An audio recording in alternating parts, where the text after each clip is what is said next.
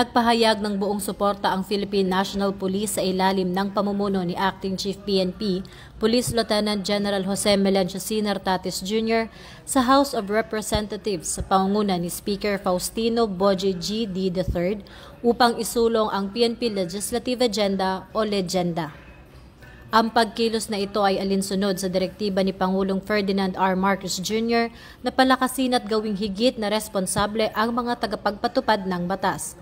Sa pagbisita ni Speaker D sa PNP National Headquarters, tinalakay ang agenda na naglalayong isulong ang reforma, palakasin ang pananagutan at paigtingin ang mga programa para sa kaligtasan ng publiko. Pinuri ni Speaker D ang PNP sa matagumpay na operasyon laban sa smuggling, lalo na sa agrikultura, at hinihikayat silang ipagpatuloy ang kampanya laban sa economic saboteur, illegal na droga at mga scammer. Binigyang diin ni Police Lieutenant General Nartates na ang kanilang legislative agenda ay alinsunod sa direktiba ng Pangulo upang maitatag ang isang moderno, responsable at mapagkakatiwalaang kapulisan.